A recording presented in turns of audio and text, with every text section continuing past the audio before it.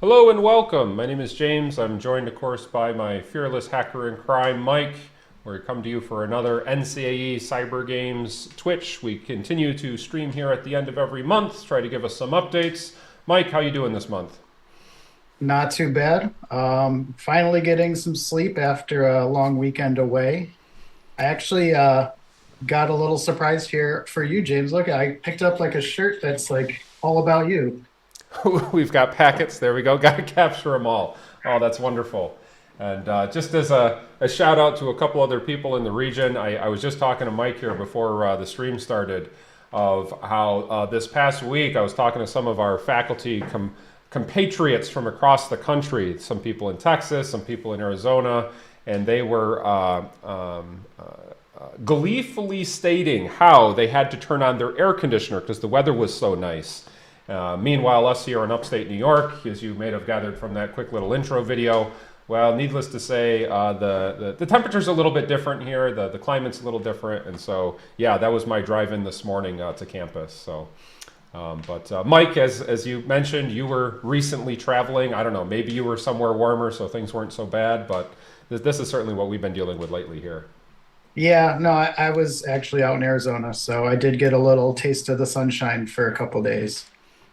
So you're one of those people that's going to be coming back with a tan and all that. Meanwhile, we're hunkering down and putting on our hoodies and all that fun stuff. So, but nevertheless, this particular month, we've got a few things that we want to highlight, of course. So let me get a screen share going to be able to highlight a few of those things. If you check out our websites, of course, we've been doing a lot of updates to our website. So shout out to Brody Davis, as well as a lot of the programmers that he's got working for him, people like Breyer and Spencer and Sean and everyone else putting in hard work here to continue to improve the website, the functionality, and all that stuff.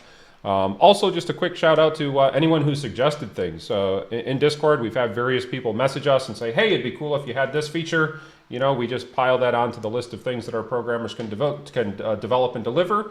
And we're certainly trying to make the community better. So one of those things, though, that we definitely should be emphasizing now would certainly be under the About heading. If you've logged in, you should be able to see the About.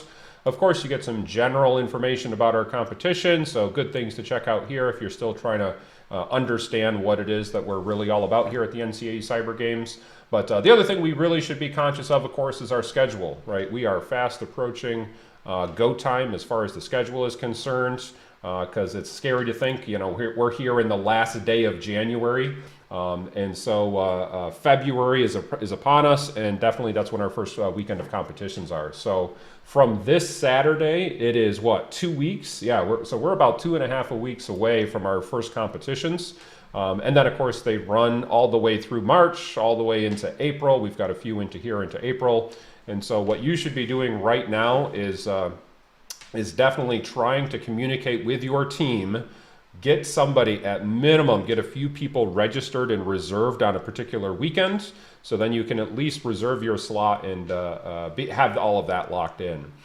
Mike, I don't know if you know off the top of your head. I want to say we were up to double digits in terms of numbers of teams already registered. I dare say the number of actual participants was over 50 already, but that number might be vastly understating the last statistics that I saw. Do you know off the top of your head where we were at with some of that? I don't know. I'm not sure exactly where we're at. I know a couple of the weekends were looking like they were filling up pretty quickly. So if you were interested in jumping in on that first Northeast or that first Midwest, Mm-hmm. I would encourage you to get signed up because we do have, a limited number of slots for each of those competition dates. So you want to get your team registered if that's your date. Otherwise, you're going to be stuck with the other date, the only other one. And again, we do have caps on what we can support for that. So get registered, get your team in there, ready, get in the sandbox, check some things out. And yeah, 2.5 weeks. I have a lot to do. So on that note of things to do, yeah, I was looking to see if I know somebody recently on our team mentioned kind of where we were at for stats, but that would definitely be the big thing to keep in mind. If you're one of these Northeast or Midwest regions, and you want to just get in there and get competing and be one of those first people to be able to do this, then definitely your timeline is fast approaching here, because as we emphasize, we really want teams at minimum, we want you registered about a week ahead of time. That gives us all the necessary time to do all the coordination we need to do to prepare specifically for your event. Imagine that. We need at least a week ahead of time to know that you're going to show up. You can't just show up on the day of the event and say, hi, we have a brand new team. No, make sure you give us at least a week of lead time, and we'll be able to juggle and manage your team roster from there. So, another big popular question we've been getting a lot of is, what if we have more than one team? And in general, we say that's okay. We do emphasize that if you have more than one team, if you have enough to fill an entire second team, then just go ahead and have one of the people become another team captain and register your second team as well. Realize that we do expect that teams are radio silent. All right, there should not be cross communication happening between teams, even if they are from the same school.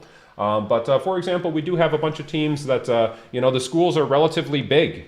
They might have a cybersecurity club of 40 or 50 students, and so certainly they have the ability to fill a few teams. We also had a couple schools last year that competed that. They had a few different clubs on campus. So one was like a cybersecurity club, and one was more of a programming or computer science club. And they didn't necessarily know each other.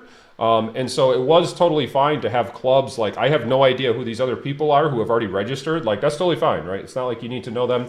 Feel free to make another team and register with your group of friends or whoever it is that you want to go into battle with, and definitely we'll be able to support that, so long as that we're looking all on the same day here. So.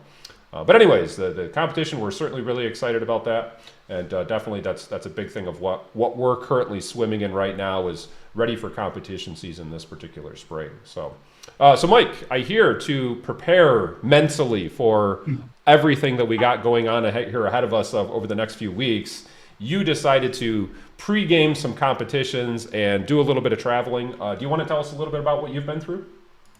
Yeah, sure. So I, outside of what I do for my day job and for what I do for the NCAA Cyber Games, I do assist in running CTF events for various other conferences and other sorts of events throughout the country.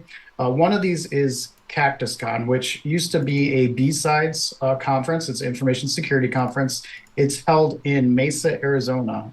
This year is I believe it was their 11th year. And the organization that I assist, this was their third year running the event. So I flew out to Arizona to help them. I basically hung out in the booth and checked out a bunch of things at the conference. We had a lot of players that were playing there. I met some actual students from the Southwest region who had asked me some questions about what a CTF is, how it works. And it turned out one of those groups was from a local college that is eligible to play. So I think I got them interested to sign up and to participate in one of the upcoming events, which was really exciting. But while I was out there, I also took some time to kind of go through the conference a little bit and gather a couple pictures, a couple videos. This first one that James is sharing here. The conference had a number of villages that were set up where anybody could come in. They could learn about different types of things. So in this case, there was a lockpick village where they had tons of different locks and things that you could practice on. They had a hardware village, which they had like this electronic badge that was actually connected to the cloud, and it had a CTF on it as well, so you could figure out what's going on with the badge. Try and solve some challenges there. They had an AI village where I attended a talk and a small workshop about how to utilize machine learning to do different things in information security. They had the CTF, which was us, and we had a number of different challenges. I think there was 67 challenges across 2 days, and we had probably a few hundred players. I think there was 600 or so that were playing. Perhaps more, because we had online people and in-person people, so I don't know the exact numbers. So to pause you right there, Yeah. these different villages that you were talking about, like who's putting this on? Was this something that you were a part of and other people were a part of? How did that part work? Yeah, literally the entire conference is volunteers. So other than the sponsorship money that was provided from different sponsors there, everybody was just volunteers that were interested in those particular topics. So in the case of the lockpick village, There was somebody there, and we'll show a video in a little bit, that is just really into physical security. So they would put on talks and workshops and all sorts of things to teach people about what physical security is, how to get involved with it, how to learn, in case that's an area of interest. So it's a great way to kind of understand what jobs are out there in these different areas and how to get started with some of these, because they're, the people that are running the villages are really passionate about, the village that they're running. So you could sit there and pick their brains a little bit about those topics and learn a lot more. Like, I learned a ton from from the AI village, about how machine learning works, about what's involved, and how to really get started with it. So that was really, really interesting. I didn't know a lot about it ahead of time. And in this case, the CactusCon conference was free, but a lot of the B-Sides conferences, they happen across the country, and they're very cheap, if not free, to attend. So I highly encourage, if you're really interested in the field and you're looking to find a way to meet some people that are similar, to check something like that out. So for reference, like in the future, you could just like do internet searches, hear about these conferences, whatever, sign up yourself. Maybe there's a fee, maybe not, and Mhm. just go and walk around and see what they got. That's how this all works. Yeah, exactly. And in fact, with CactusCon specifically, they did a hybrid conference. So there was in person, but everything was streamed as well.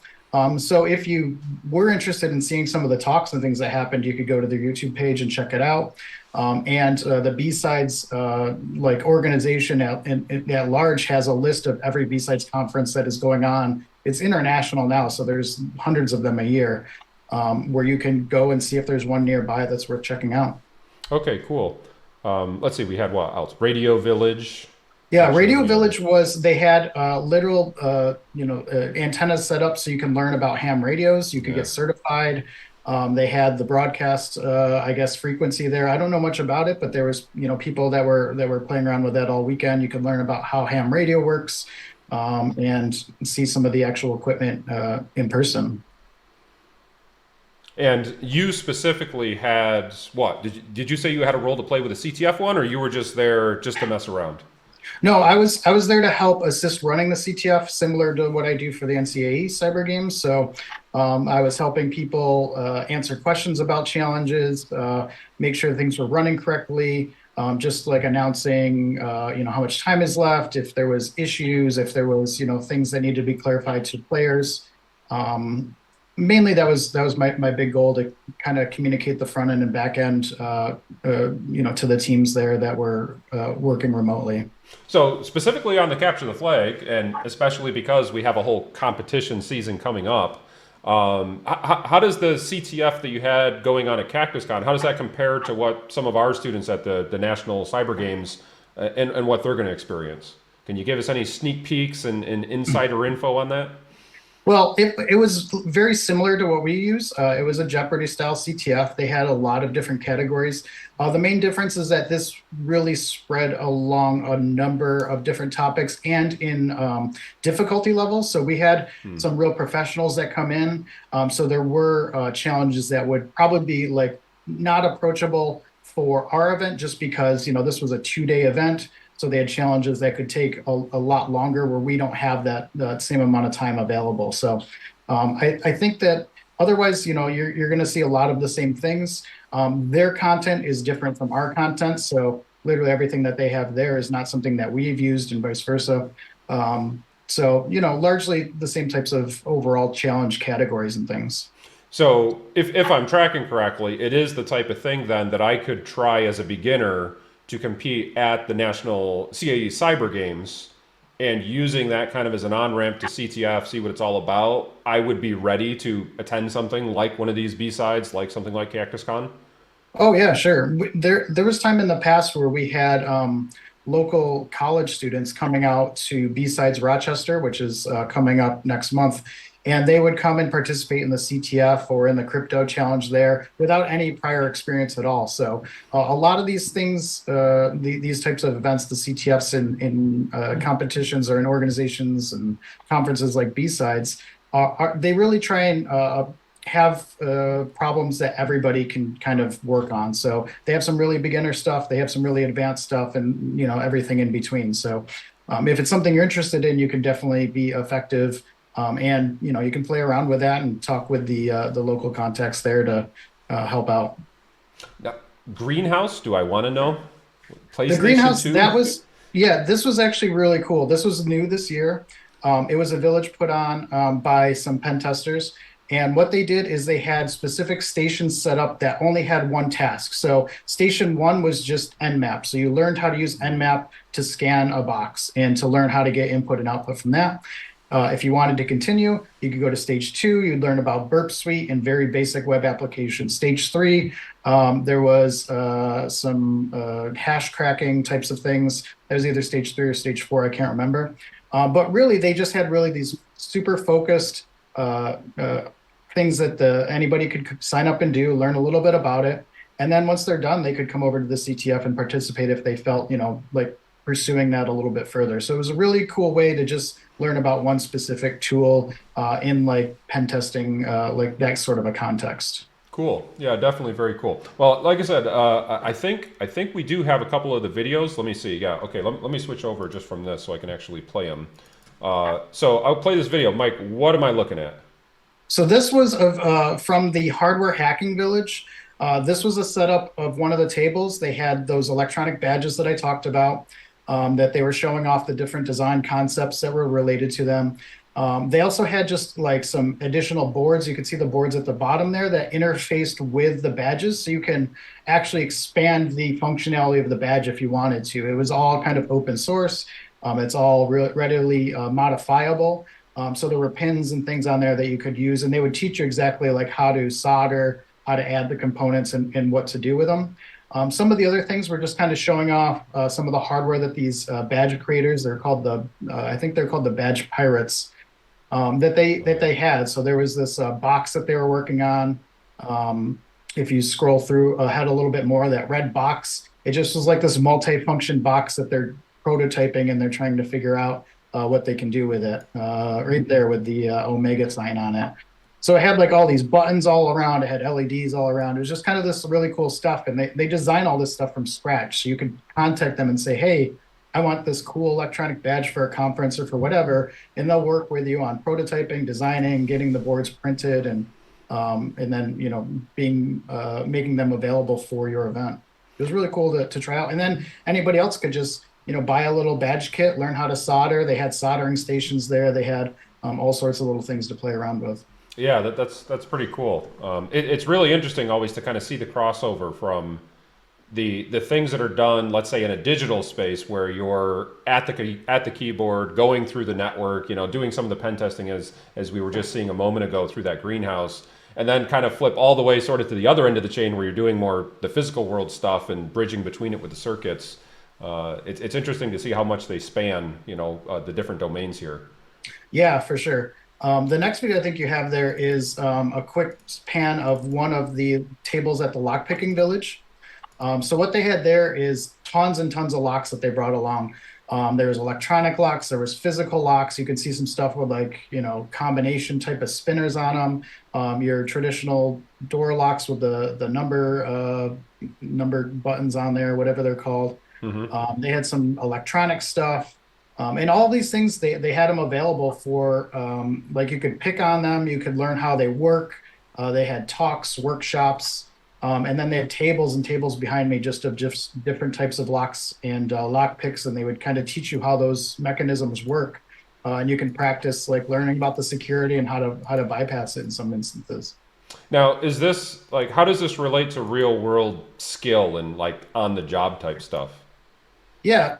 So it was really interesting to learn about like some of the ways that these doors and locks can be abused, and it was relevant because like businesses and stuff have to adhere by specific standards and guidelines and things, and that makes them susceptible to different types of attacks. So I took a video, which we'll show in a minute, of one of the leaders or one of the operators of this village. He does a lot of physical security testing, and he was basically showing how like some of these really basic tools can bypass, the protections that are in place, and these types of things can occur just because of the ways in which businesses have to abide by specific laws and guidelines. So you learn about like the balance that you have to strike as a business on how you can protect things, and also like what that opens you up to from a security sense. So I think this is the guy that you're talking about. Yep. And we'll actually play this one and let the sound go on it. Who is he and what was his role? Yeah, so this is Brian Black, and he was one of the operators of the village there. I forget the exact company that he's part of, but his day job, and he's the leader of like a number of different groups and things that talk a lot about physical security. So in the video that's going to come up, he's going to show there's a bunch of doors that are set up, and he brought along a bunch of they're called under door kits or under door tools, and he shows how they can be used to bypass a lot of traditional security. And these were available for everybody to like play around with and try out. So I had him do this little video shoot for us because I thought it would be interesting for anybody watching to learn about like the types of things that you can do at these conferences and the types of people that you can meet, and some really talented, really knowledgeable people that can give you a lot of resources and guidance on specific areas if that's of interest to you. Okay, cool. So it looks like the video that you sent is like almost 3 minutes long. So why don't we let this play? And if you want to pause it at some point and just kind of give some overview commentary, just let me know, okay?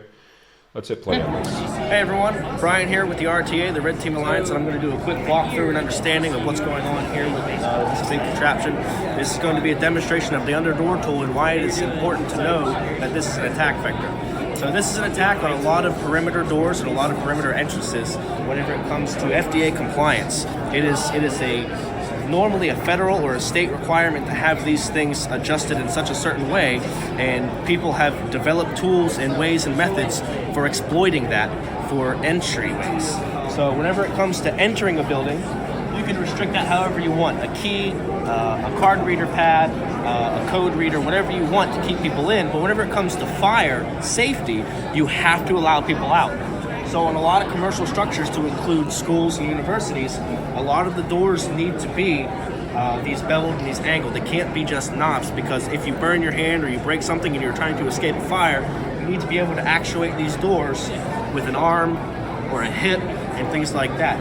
So the other big aspect of it is on the outside, it will not actuate without the proper security mechanism. That is not the case for the inside. The inside needs to be able to retract the bolts no matter what to escape during a fire. And that is what we are exploiting. So what we are doing here with this exploit is this is called an underdoor tool. This is a very common attack vector method. Under normal circumstances and normal compliances, between the bottom of the doors and the frame or the flooring, there's usually enough of a gap to be able to slide a piece of metal and a piece of string down through there and attack that method from the inside. So what you're doing,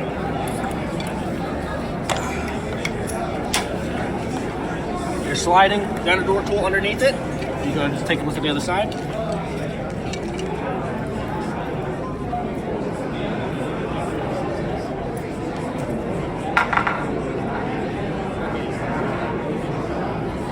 I don't feel safe anymore.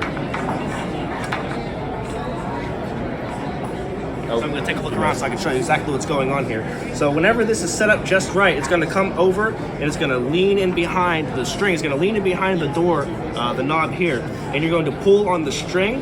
And what it's going to do is it's going to pull down on the handle like on the inside. Whenever it comes to other compliance structures, to operate these handles and these push bars needs to be 5 pounds of force or minimum. It's almost negligible. It's almost nothing. So what it is you can pull these handles down only about like a third of the way, and what that's going to do is it's going to retract the bolt enough to allow you to open the door from the outside without a key, without a pin code, or without an access card. So, number one, that almost looked like something you'd get from a plumber. Like that would go snaking through a drain, and they just kind of took it and said, I bet I could open a door with this, and holy crap, you can. Yeah, it's really not super high tech, right? You think of like in the movies, the hackers, they'll come up and they'll have this cool electronic device that derives the pin code or whatever, and instead you got a piece of metal with a string and a loop on it, and that'll get you through a door. There's another video. It's online. of somebody bypassing like a motion sensor door with a vape, right? Because it did this big plume of smoke and it registers the movement, and then the door would unlock from the other side. So there's really these low tech ways of bypassing doors and things, which are really interesting to learn about and to talk about. Uh, There was one note to make that Brian emailed me about after, is he said something about the about it being an FDA regulation, and I think he wanted to make sure I clarified that it was like a fire regulation, not FDA. So just a quick caveat there. Yeah, that kind of makes sense. And I'm also thinking about how, like, okay, in this particular case, the door is like solid black. You might have to, jiggle it around for a while. But I know I can think of various doors around campuses and whatnot where the door's glass. Like, you would easily be able to see right through and see what's happening on the other side. And, like, you wouldn't even have to guess. You'd be in no time. So, So yeah, that's a very cool tool, just like in specific door circumstances. Obviously, you got different types of doors with crash bars and other sorts of things, and they have lots of tools for those instances too. But it was neat to just learn about one of those potential things, and to actually get your hands on some of the tools to play around with them. yeah, that's pretty cool. So maybe we'll check out some of the other things here that you shared with us kind of Yeah, after so that this. was that was mostly everything from Cactus Con here. These other pictures I captured from DEF CON last year. So DEF CON relative to Cactus Con is probably 20 times the number of attendees, the amount of exposure. It's one of the largest, if not the largest conference related to security in the world. So when I was there last year, I grabbed a couple pictures of the types of things that you can do at like a huge conference like that. This first one shows like an entire cluster from a vehicle. That this was the car hacking village. They brought all this in, and people can learn about exactly how the cars work, how all the software works, and they can learn about how to like hack into that and learn about vulnerabilities and how all these things communicate. So what you see here is literally all the components from the inside of a car cluster, and as well as some computers and things that they had connected to those. So that was really cool to watch some of the people playing around with those things and making stuff change and do things it's not supposed to do. Yeah, really cool or really dangerous, I guess, if it actually is still in the car. But yeah, I guess the scary reality of where we're at today. Well, we Let's got see one what else we coming got. up that'll be really interesting here too. This next one, Satellite. yeah. So everything's connected now. So they literally had some demonstration satellite technology. So they talked about how satellites communicate, what the protocols are, security considerations to be aware of when you're talking about satellite security. Because yes, like anything else, you could potentially hack a satellite. So there was a very cool group of people there that had lots of information regarding that. So that Now, was new. That to was be fun. clear, no one is challenging you to hack a satellite. All right. I know what Mike just said, but that's not what we're challenging you to do. Okay, I'm just going to drop that in there. Correct. Correct. They're just talking about satellites and providing information about how they work and information like that. It wasn't like here's how to hack it. It's just like here's some things to consider relating to satellite security. Yeah. But still really cool to see, like, that's the type of thing you can go and learn about. Yeah. What do we got next year? Some This was pictures. just like a quick picture of the kind of the main area for the conference. That was a whole digital wall. So that whole wall animated constantly throughout the conference there. That was just really cool to see like the types of information that uh, just the types of things that they put into putting on these conferences. So it was a really cool animated wall. I've seen a lot of those, like, used in advertising in various conferences, and they definitely are impressive every single time you see them. So, yeah, that's pretty cool. We got another car. Yeah, so this was also in the car hacking village. They had two vehicles there. One was a Tesla and one I think was a Honda of some sort. They were open for people to actually hack on. So people could plug into the USB and try and do things that they're not supposed to do with a car. In some cases, if they found a vulnerability and they were able to like demonstrate it, they would actually just get the car like as compensation for showing these new vulnerabilities and things. So you constantly had people going in and out of these vehicles, plugging in, trying to do different sorts of things on them. It was very very unique. Yeah, that's pretty crazy. Is that This is another picture from the satellite village. So this is like some of the hardware that you would see built into some some of the devices that are on ground. So you could see on the top there, there's just like a Raspberry Pi, which is a ground control station, and they had these little process boards that would be on the satellites themselves, just to kind of demonstrate how the hardware works and how some of the communications would would happen for these types of things. I gotcha.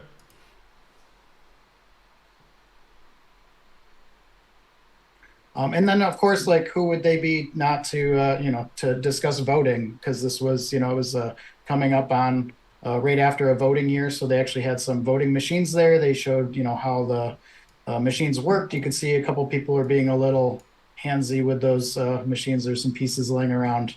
I didn't want to play around with them too much, but you could learn how the machines work. In some cases, you could tinker with them a little bit. But they had a few different voting machines on site there. So Yeah. again, sometimes these are just available for people to tinker with and play with. Sometimes it's like to just discuss some of the some of the components and how they work. It's all a big learning experience, and sometimes you get to do some fun things too. But Yeah, and I think when you see stuff like this is where you should really be connecting the dots with some of the things you were mentioning earlier on, like those electronic badges, right? Getting familiar with how the soldering works, how the board works, what do the different chips actually look like, and what are they responsible for? Because as soon as you put it in the context of, oh yeah, there could be a voting machine around this, like all of a sudden we're playing a slightly different ball game now, right? Like, yeah, exactly. And all these things are like important to take into consideration from a security perspective, right? So if you're not involved with it, it's a way for you to learn more and maybe find a way to get involved if it's something of interest. So that's what's really nice about the villages. I saw a comment on there about conventions being expensive, and that's definitely true in this case. For DEF CON, it's very expensive to go. It's in Vegas every year. It's not super practical. But some of these smaller conferences, like I mentioned, the B-Sides Rochester, B-Sides Buffalo, they're coming up. They're nearby. You could drive to them. They're a day. They have some really cool stuff like that. In fact, B-Sides Rochester is $20 is the ticket. It's on March 18th, so it's coming up in just a few months. I think if you provide a resume to share with like some of the recruiters and things are there, you can get in for free. I don't know the cost on B-Sides Buffalo. It's newer, but that's being held June 3rd of this year coming up. So there's a website up for that to keep an eye on to see what the price may be, what speakers might be there, what types of things there are to do. But that's super approachable, right? That's something that pretty much everybody can attend and potentially have work pay for, or have the school maybe support in some ways. This last image here, this was again from Cactus Con. It was the workshop that I attended. I was talking about machine learning, and this is Gavin in the picture there, and he was showing like how to build a machine learning algorithm that would classify things as spam or not spam. So just shows you like how machine learning can be applied to emails and spam filters, and how to like just basically broke it all down to like a very digestible sort of set of concepts that really opened my eyes to it a little bit. yeah, that's really cool to hear. So, kind of what I'm hearing from our CTF adventures today are look for some cons in an area near you, try to take the leap, and maybe something that could be the catalyst for that would just be attending our event remotely, attending our national CAE event. Then at least you'll have some type of experience as to what are the types of things you might be able to go towards. I'll tell you, having been to some of these conferences before, the biggest, just all you need to do to give an icebreaker is like, here's something I've done, right? I participated in this one random con, or I did this cool hacking competition online. And as soon as you say that, like other people just start talking to you about it, right? They'll start talking about that. They'll start talking about other things. So most of the people I've encountered at these places, you just break the ice a little bit and everyone's become super approachable. And I'm always amazed how many times, like specifically in this industry, like the people at these conferences, as you mentioned earlier, like they're all volunteers. So no one is there like, well, I don't want to talk to you. I have secret information. I'm not going to share it with you. Like everyone always seems to be not just really approachable, but they're really happy to try to teach you and talk to you about some stuff that who knows? Maybe you'd have to like pay for a course to actually get this elsewhere. But you go to the conferences and people just talk about it. Experts in the field will talk about it to you for free.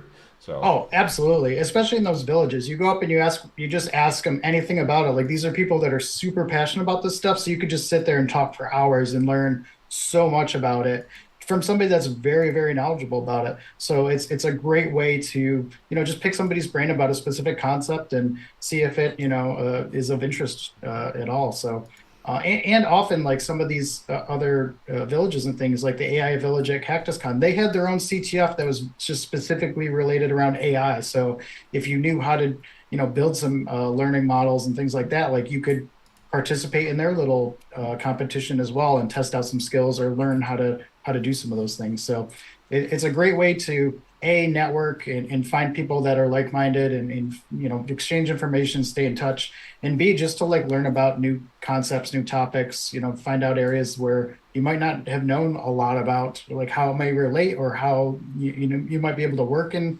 that it's sort of industry. And it's a great way to get some knowledgeable information from people that know what they're talking about. And I'm also thinking now how, as you're kind of saying some of this, I can think of a handful of employers off the top of my head that they're starting to get to the point of asking any of their applicants, like, what kind of conferences or competitions have you done? And so scary thought, the people who are just starting their college careers now and you're going to graduate in 2 to 4 years, something like that.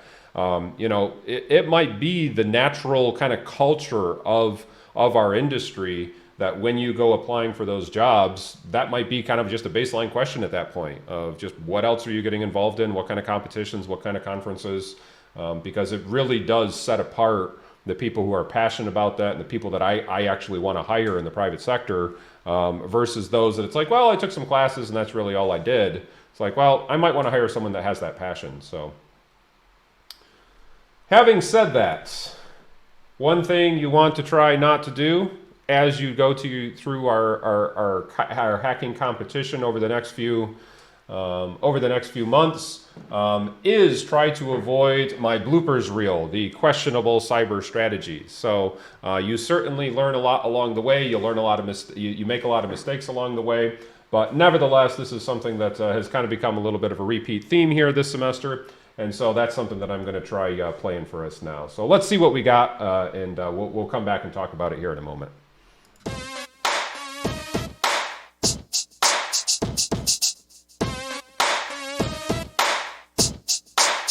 Team 19? Hello, James. Hello? Hey, how we doing? Hello. Hey, Hey, good. We're having a little bit of trouble getting the database connection to work. Okay. So A it's little fun in our shell box here. Maybe we should just restart this. So I'm not sure what your shell box should exactly look like, but it probably shouldn't look like that. It should not. Let's reboot and see. Huh. Yeah. That's annoying. Perhaps that will stop whatever script is running. Assuming that doesn't run on boot. Everything is down except for FTP and MySQL. Down or unresponsive. That's an interesting strategy. Why did you guys do that? a new cutting edge business technique. Here we give the other teams a chance to catch up. Uh-huh. Oh, right, router is back up. Okay. Sometimes if it goes off for half a moment, it might just be one of the scoring checks. Yeah. Skipping a beat and then it catches itself. So. Oh yeah, HTTP backup. Okay, yeah. All right. Not all is lost. Yes. But if you guys want, I could go tell the red team and we could No. No, we're have good. them. We're good. All right. All Team right, 19 is bored. Message heard. All right. We'll be right back.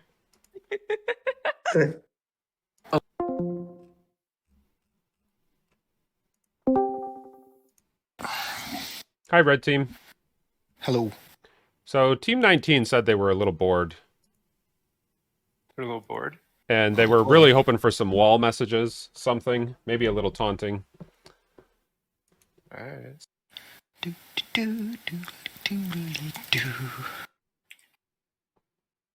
Uh-oh. I see ASCII art. They were checking their shadow file. Oh no.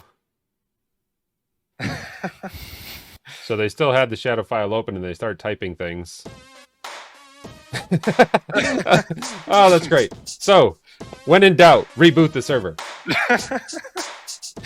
That'll get the pesky red team out if I just reboot the server.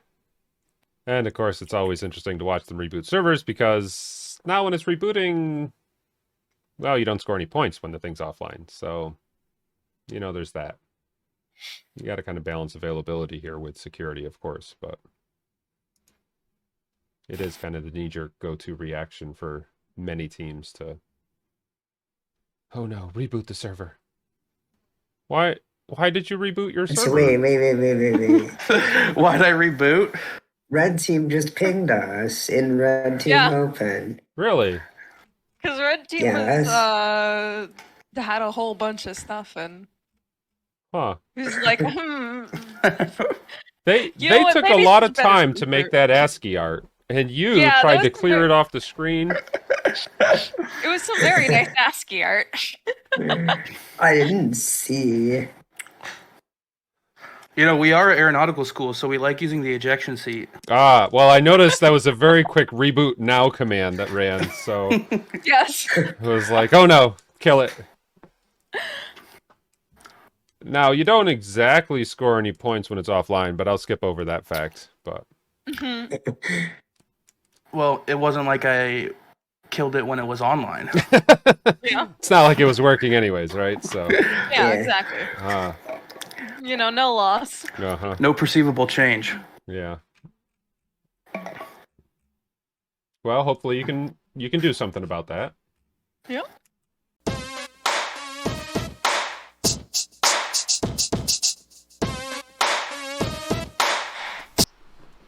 All right, Mike, welcome back.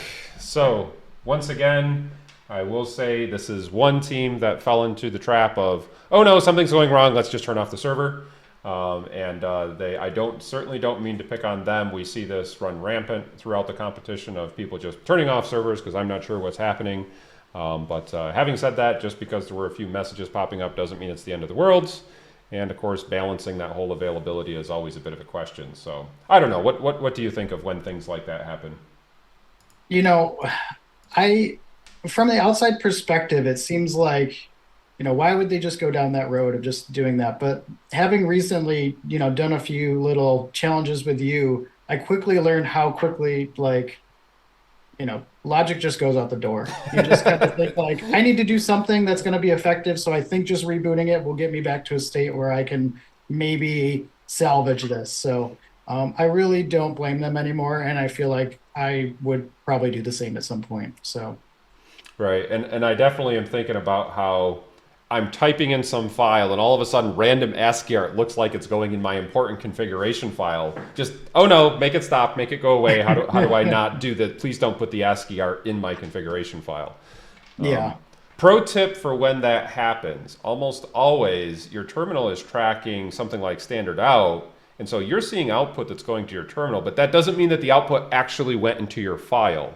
And so if you just save the file and perhaps reopen it again and take a look at it again, you'll notice the ASCII art did not actually go to your file. It just went to the output on your terminal screen. But as Mike so eloquently pointed out, you know, logic went out the window a long time ago, James. So what you just said, while it might be true, it doesn't feel like it's true in the moment. I need to immediately, you know, lock down the server, shut it down, whatever. So having said that, though, kind of another fun thing that I have seen some teams do is kind of mess with the red team a little bit by saying, you know what, I'm probably not going to get this online and working, but I'll at least still try to look like it's getting online and working. So then the red team wastes time like messing with it. And so, you know, taking little strategies like that, sometimes it can work both ways, you know, becoming a distraction for them. Hey, whatever you could possibly do to tip the skills in your favor. So anyways, all right, so why don't we wrap out today with one last bit of content that we got for you. This particular content, we should certainly tune into this because it comes from Illinois Institute of Technology and one of the team captains from Illinois Institute of Technology. Mike, do you remember why Illinois Institute of Technology is a team we should listen to? put me on the spot here after I'm my putting you on the internet just spot. went out. So no, I can't think of it off the top of my head. Are they the winners or did they place? Let me see here. I'm looking up. I'm cheating. Oh He's my gosh, cheating. they're last season's There champions. we go. They So were I indeed think the that winners they from have last some year. very good advice that they would provide. Yeah, so I met up with Wyatt. Wyatt was one of their team captains. He gave us some advice and a little bit of his experience. So why don't we go ahead and play that, listen to how all that went, and see what it was like to hear from the winners and kind of hear what they have to say. Hello, my name is James. I'm cybersecurity faculty here at Mohawk Valley, and this time on Meet the Club, I happen to be joined by Wyatt from Illinois Institute of Tech. Wyatt was one of the leaders for the team last year, and the really awesome thing about Illinois Institute of Tech is that they were able to defeat all the other teams at their regionals, made it onto our national final, and won the finals. So congratulations to them, and certainly listening to Wyatt, I'm really excited to hear what he has to say today. And so Wyatt, maybe just to start there, we could say, what was it like for you from your position to compete last year, not just at the regionals, but also make it onto the finals, and maybe just share a little bit about your experience with that. Well, it was definitely unexpected. Going into it, I did not know what to expect from the competition at all. I really didn't know much about what it was going to be like.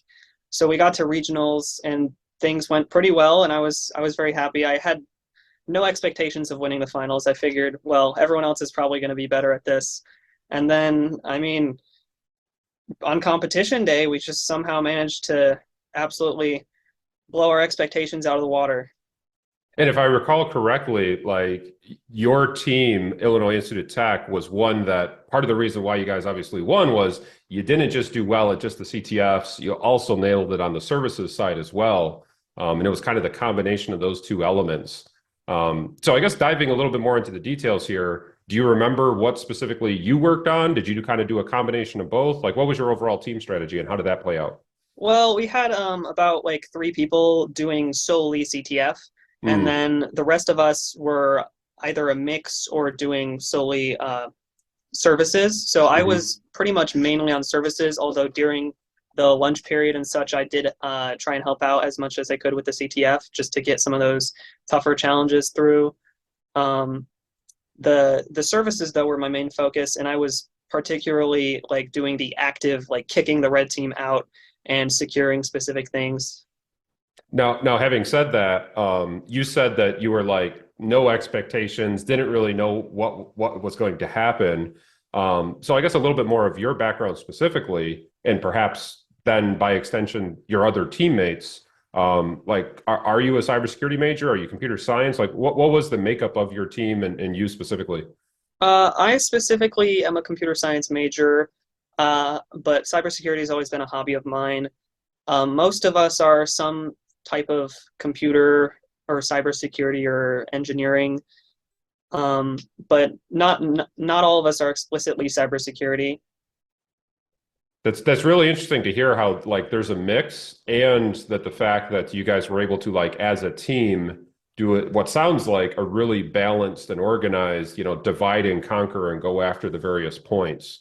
As someone who kind of went around to some of the different team channels and just spoke to some of the teams throughout the day, it was very obvious which teams were like meshing and working well together and which were just like, this is crazy. I don't really know what I'm doing, but I'm trying. And it's like, well, okay, I hope you're having fun. But clearly that little, lack of organization was making a big difference as the day went on. Is that fair to say that you guys were able to do that and that was a contributor to your success? Or do you think there was some other secret sauce that made it happen? Yeah, I mean, I think we were pretty organized. We had specific people doing specific services or challenges, and then helping each other out whenever necessary. Okay. And back on the background question, I think the most useful thing that like I have from my personal background was having a lot of Linux experience and working in that environment, because I could know how to tell when the red team was running processes that I wasn't expecting and look for what services should be on the system and what shouldn't. Okay. Now, is that something that you've gained from classes or just hobbies and interests, or how did that like fun foundation come about? Generally just using Linux for like hosting servers or for like personal use or something like that. Not really classes. So So did other teammates go to you for guidance and help, or was it just, nope, I just stepped up and this is I saw something that we needed to do and kind of went for it? I mean, it was a mix. Like if somebody was having trouble with something, I'd check in, and we'd ask each other questions about doing specific things on Linux or figuring out CTFs. So I mean, it was really a distributed effort. And did you were you guys like all physically in the same lab, or were you remote? We were all in the same room together. So that was definitely useful for collaborating because I could just look over at someone's screen, no problems. There definitely were a couple schools I remember that, like, the school itself is an online school. And so they were actually meeting their classmates for the first time by jumping in a Discord channel with them at the competition. And so I can only imagine taking that, even just those little bits of organization of getting together ahead of time, so you can communicate in that way. That sounds like it's really effective. So, okay, well, I guess kind of transitioning from what happened this past season to what's happening this upcoming season, next spring. Is this something that's on your radar? Are you thinking about it yet? Are you guys preparing for it at all? What are you doing here in the off season? We've just been doing other competitions in the meantime. And I think we do plan to compete again the competition. I don't know if I personally plan on competing, maybe, most likely. But yeah, we did a few other competitions. I did NCL to prepare on the CTF side. We also did Hivestorm. I think we were going to do CPTC, but that fell through. But yeah, we've just been doing a lot of other competitions. And so this is that's just the club culture that you have going on there is, so let's take the initiative and make it happen. Or do you have a faculty who's leading you? How's that dynamic play out? So our NCAA team was just a collection of members from the Cyberhawks club on our campus, and we just do anything cybersecurity. So we just see whoever's interested in doing something and make a team for it. Yeah, that's really cool to hear how everyone just kind of shouts it out and make the team and let it happen organically. I always like to kind of hear about those things and see how that goes. And I guess as again, just kind of a little bit more personal, what track you're on. I'm always trying to see like what's motivating students and kind of where they're going. You said you were computer science. Where are you in your progress towards getting your degree, and what does some of the outlook look like after that? I'm like a second or third year, and I'm not really set on any specific career path I want to take, but I have a specialization in game design as well. But I mean, really anything. I really enjoy cybersecurity, so that could be a potential field. And so the game design, what about it? What about game design kind of really caught you and trapped you in that? Or is it just, no, I just like playing games and energy drinks and Mountain Dew is awesome. So which category do you fall into? I mean, I've always been a fan of like programming for games, so I think it kind of just made sense because that's the game general, like only really game major that we have. Well, that's fair enough. And as someone who I guess personally has kind of dabbled in all of the above, both building my own little games and some of the things you actually see at the competition and doing cybersecurity, obviously, kind of here for a living, I'd say once you've got that programming background and that security background, you can go in a lot of different directions. So that's the future is bright, and I hope you can continue capitalizing on the opportunities that you do have. So, but having said that, I want to appreciate you for taking the time to share your insights and your experiences of what happened this past season. And definitely as a call out to everyone out there, if you see Illinois Institute of Tech in your region, what you should do is immediately try to sign up for another region, because apparently they've got a whole bunch of all-stars there that play the game on hard mode, try taking them on. Definitely if you see Wyatt, tip your hat to them for winning last season, obviously, but realize that we got some serious competitors. But also, as it sounds, Wyatt, if you communicated things to me correctly, sounds like it was just a lot of motivation and interest, and teamwork is what really made you get across the finish line. So yeah, and I think we also got lucky with our strategy. Just we happened to do the thing that got us the most points, which was setting up our defenses very early and keeping things down for a while.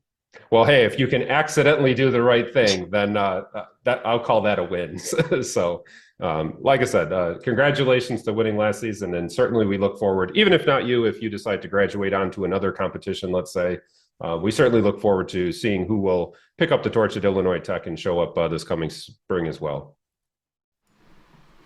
So, Mike, welcome back. Of course, after speaking with Wyatt, I was really, really thrilled that they were able to sit down with us and give us a little bit of insight of what it was like to take on the competition and win the regional, but also go on to the finals and then do it again. As a piece of advice, though, too, I toss out the thing that they mentioned about the whole teamwork. I think that Wyatt really kind of underplayed the value of just doing things with people. Like then when competition day happens and as logic goes out the window, at least you can somewhat rely on hopefully someone else on your team can be the voice of reason, speak up, say something, and keep you guys on track and actually get you through the day. So Yeah, for sure. And my apologies to Illinois for not remembering right off the top of my head that you guys were the winners for that's an oopsie on my part. But you're definitely right on the communication and the teamwork part. Sometimes just knowing what everybody's doing really helps to keep everyone organized and to know like which things are being tackled and which things are not being tackled. And that really helps if, the red team's doing something to cause an interruption. If everybody's aware who's doing what, then you might be able to identify some of those, anomalies that are occurring, and it might help you, recover and identify those things a little bit more quickly. And actually, I was really interested too in his answer to like where did you learn Linux, and it was really just a casual. Well, I've had a whole bunch of other projects that I've tried to dabble in and set up and do, and it forced me to learn it. So those types of experiences really go a long way. And I'd actually give a shout out to a conversation we were having just this past week in our national Discord from our black team lead Nick Morente, where he was saying one of the best ways to do this, of course, was to set up various game servers, right? Try to do the networking necessary to host a game server, actually do a lot of the Linux configuration and set all that stuff up. And if you can set it up to do that securely, like you're doing a lot of the same stuff that you might for an actual business for a real competition. And so really good place to start kind of crossing those lines. Even if you're doing it for games and for fun, yeah, it can still have very practical application elsewhere as well. Yeah, no, for sure. So I think, Mike, we'll kind of wrap things up here. Got the information we wanted to get out across in under an hour, which is, of course, what we're shooting for. So for everyone else, I certainly look forward to seeing our first set of teams compete here in a few weeks in February. And we'll see how things go and certainly provide updates. What you should definitely be doing, the viewer, definitely registering your team, getting in Discord, starting to communicate here with our community of people that we got going on, and definitely get in the sandbox and continue to practice the different types of content that we got in the sandbox. You will wish that you did. That's definitely the I told you so moment. Spoiler alert. We'll see. But I'm certainly really looking forward to this competition, and I bet Mike has a whole bunch of really crazy challenges for us this particular season that he can't wait to unleash upon some victims. So I don't know, Mike, I'll give you the last word. Any last piece of advice or spoilers for what we got coming up? Oh boy, we're gonna have on the exploitation side, it might be a little on the app security heaviness. So do a little bit of research on your app security exploitation techniques, or at least some a little bit of poking around on some common vulnerabilities there. It might help you. Interesting. Huh. The gears are already spinning for me, Mike. I got some ideas. I don't know exactly what you have planned and what you're going to deploy, but I do have some ideas now that you've mentioned that. So, all right. So anyways, Mike, have a good night. Everyone else, we'll certainly see you next month. Take it easy.